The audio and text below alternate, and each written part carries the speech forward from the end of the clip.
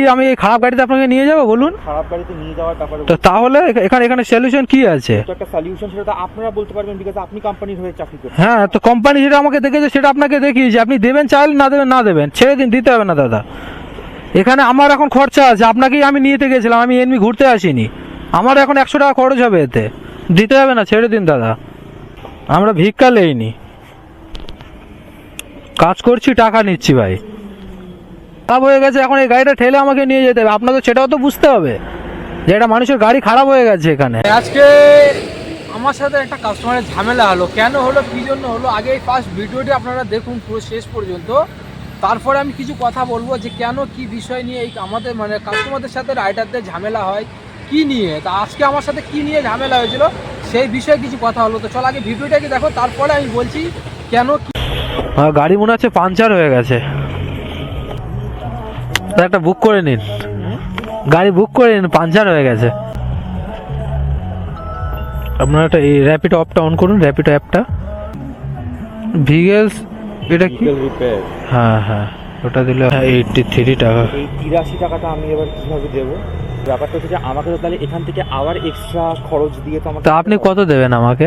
আমি সেটার কথা বলছি না, আমি তো যেখানে আমার দাদা একটা আগে তাতে এর তো একটা নিয়ম থাকবে। তাহলে নিয়ম দাদা, এখানে 83 দেখাচ্ছে, আপনি চাইলে দিতে পারেন, না চাইলে নাও দিতে পারেন। আমি তো বিপদে পড়ি যে আমি এখন নিয়ে যেতে পারছি না এই লিক অবস্থায়। এবার আপনি দেবেন কি না দেবেন সেটা আপনার ব্যাপার। সমস্যা হলে থাক, ছেড়ে দিন, আমার কোনো চাপ নেই এতে। এটা অ্যাপে যেটা দেখিয়েছে সেটা আমি আপনাকে দেখিয়েছি। এবার আপনি দেবেন কি না দেবেন আপনার। আর আমার তো ইস্যু আছে, আমার তো করতে হবে, রাইডটা কমপ্লিট করতে হবে না। আমার তো বাইক খারাপের জন্য আপনাকে নামি, যেখানে আমি থোড়ি না নামাতাম আমি আপনাকে। আপনি চাইলে দিন, না চাইলে না দিন, তো কোনো দুঃখ নেই আমার।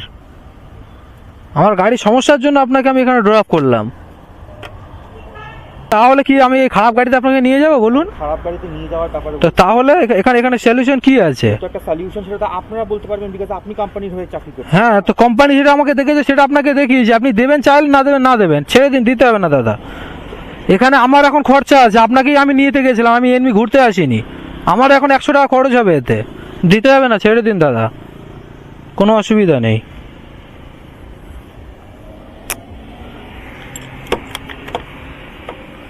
আমরা ভিক্ষা লেইনি, কাজ করছি, টাকা নিচ্ছি ভাই।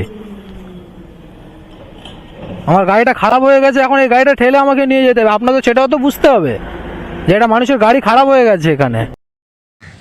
তো ভাই আজকে কোনো আমি ভালো বা আমার কাজের আর্নিংয়ে নিয়ে আপনাদের সাথে কথা বলতে চাইনি। আজকে যে কথাটা আমি বলতে চাইছি এটা অ্যাকচুয়ালি সবার বোঝা দরকার, বিশেষ করে যেসব মানে কলকাতাতে যারা বাইক ট্যাক্সি বুক করেন তাদের ক্ষেত্রে কথাটা আমি বলছি। সো আমরা ভাই কি করি, অ্যাকচুয়ালি আমাদের আপনাদের নিয়ে যাওয়া, নিয়ে আসার মানে পিক আপ করতে যাওয়া, ড্রপ করাটা অ্যাকচুয়ালি তো আমরা ঘাড়ে বসে করাইনি, করে কি আমাদের ভাই এই গাড়িটা, এই গাড়িতে করে আপনাদেরকে আমরা নিয়ে আসি, নিয়ে যাই। তো কথাটা হচ্ছে গাড়ি জিনিসটা এমন, রাস্তায় কিছু না কোনো খারাপ সমস্যা হতেই পারে, যেটা আমি একটুখানি আপনাদেরকে দেখিয়েছি। তো বিষয়টা হচ্ছে যে আমি যে খারাপটা আমার দেখেছে ওটা ভোরের বেলা, তখন সামথিং 5টার কাছাকাছি হবে। তো এখনও দেখে নাও এই আমার গাড়িটা এখনও এখানেই আছে এইভাবে, এখন বাজে 7:30। গাড়িটা খারাপ হয়েছিল অ্যাকচুয়ালি আমার সল্টলেক টু কেষ্টপুরের যে ব্রিজটা আছে, ব্রিজের ওখানে আমার গাড়িটা খারাপ হয়ে গেছিলো, লিক হয়ে গেছিলো। তো মেন পয়েন্টে আছি। তো কাস্টমারকে যখন বললাম দাদা আমার গাড়িটা খারাপ হয়ে গেছে, আমি আপনাকে এই অবস্থায় নিয়ে যেতে পারবো না, তো আমাকে বলছে এবারে তো তখন কিছু বলিনি। তো তখন বললাম দাদা রাইডটা কমপ্লিট করুন। তো আমার নিজের থেকে তো রাইডটা কমপ্লিট করা যায় না, কাস্টমারের পারমিশন লাগে। আমি যখন রাইডটা কমপ্লিট করতে চাইছি তো তখন র্যাপিডো অ্যাপ থেকে একটা কাস্টমারের কাছে অপশান যায় কী কারণে রাইডটা আপনি ক্যান্সেল করছেন। তো তখন রিজন উনি দিয়েছে যে আমার বাইক ইস্যু, ঠিক আছে। তখন আমাকে 83 মানে 83 টাকা ফেয়ার দেখিয়েছে। তখন কাস্টমারের থেকে যেতে বাকি আছে আমার সামথিং হলো 1.5 কিলোমিটার, ওরা কিছুটা বাকি আছে, 8 কিলোমিটার 8.5 কিলোমিটার রাইড ছিল ওটা।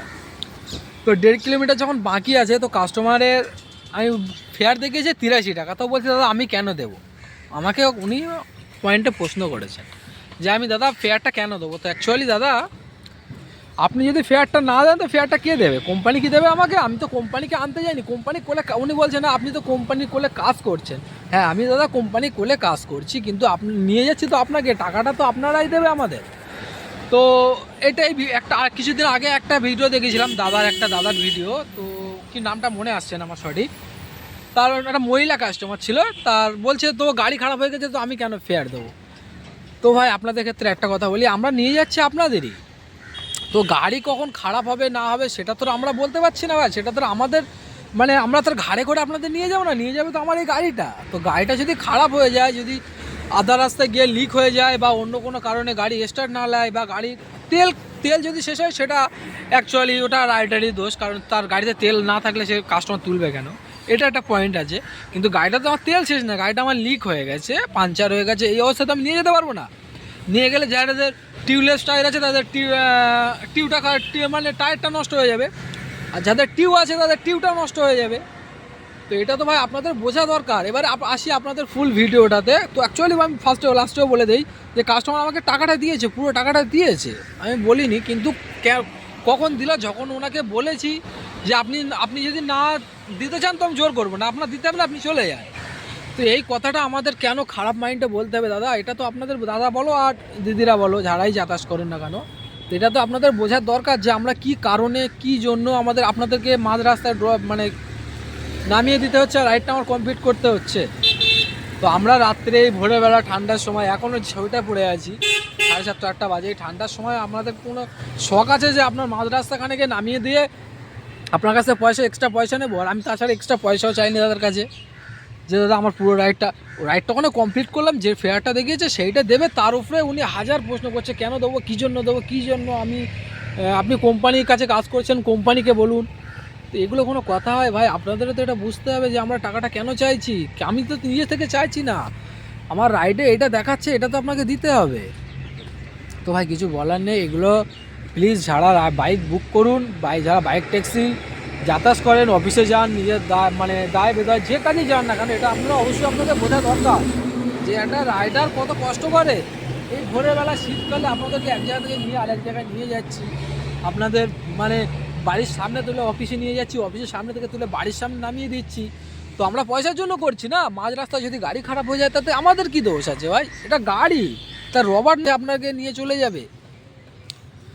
তো প্লিজ ভাই, যাদের এই রিকোয়েস্টটা করবো, যারা বাইক ট্যাক্সি ইউজ করেন, যারা সবসময়ের জন্য ইউজ করেন, তাদের একটা কথা বলছি ভাই, আর ভাই বলো আর বোন বলো, দিদি বলো, যেটাই বলো না কেন, সো মাঝ রাস্তায় যদি গাড়ি খারাপ হয়ে যায়, রাইডারের একটা বাইক ট্যাক্সি চালকের যে টাকাটা হয়, প্রাপ্য টাকাটা আপনারা দিন, আপনাদের বেশি দেওয়ার দরকার নেই, প্রাপ্য টাকাটা আপনারা তাদের দিয়ে দিন।